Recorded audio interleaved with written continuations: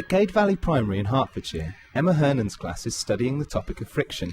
So the task today is for her guided reading group to choose, read and analyse a non-fiction text, assessing its value as a source of information.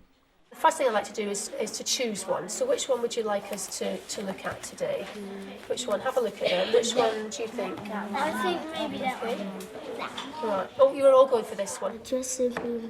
At Princess May Primary in East London, a Year 5 group reads a fictional story about Bertha and Fiona, twin sisters who wrestle verbally and physically. Bertha's Secret Battle. Just by looking at the title, what do you think the story might be about? About Bertha's secret? Yep, she might have a secret. What about the picture? Does that tell you anything? What the story might be about? Ashkin. I think the problem will be about these two ladies fighting about being good or bad. This group is mainly composed of children who speak Spanish as their first language.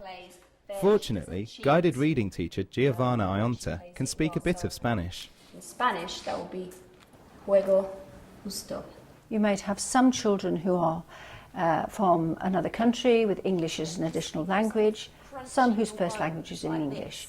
And you might well have a discussion about the complex vocabulary in there, which will support the children who have English as an additional language, and it'll mean that the children whose language is English as their first language will be able to scaffold for the other children. What other words are there that...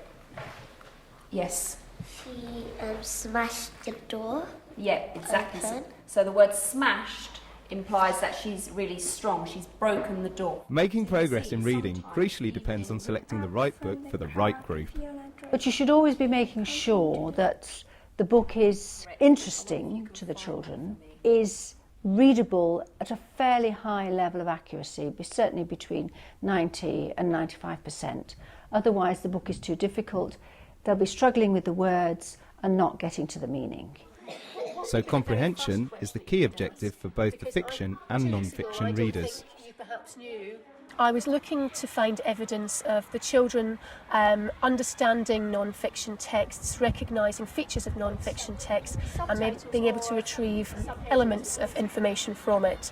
Do you want to show it to the rest of the group? Okay. So read out your question again, Ella, for us.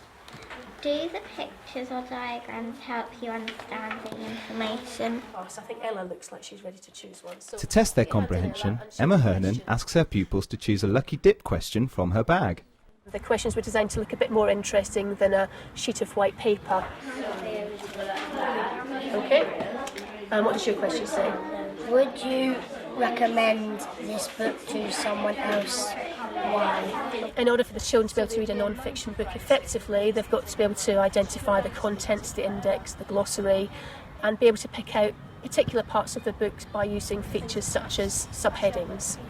What else could your question be? Perhaps we could look at these bits. What do we call these bits? Subtitles. Subtitles or subheadings. We call them subtitles or subheadings.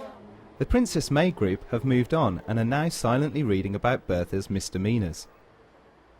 You need to see if you can work out what is Bertha's problem. So while you're reading, keep that question in mind. Meanwhile, Giovanna listens to one pupil reading aloud. She took a flying leap into the ring. She shook her first.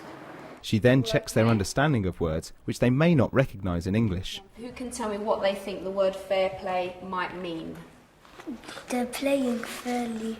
Right, good boy. So can you give me an example? Like, they're playing fair, like no cheating. Well done, good boy. I assess the children's progress during the session by constantly asking questions to ensure their understanding of the text. So what does that make you think of what she's like? Fair play Fiona plays nicely, but she's Bertha, Big Bertha, the bone cruncher. Yes. Big Bertha, the bone cruncher, could play nasty.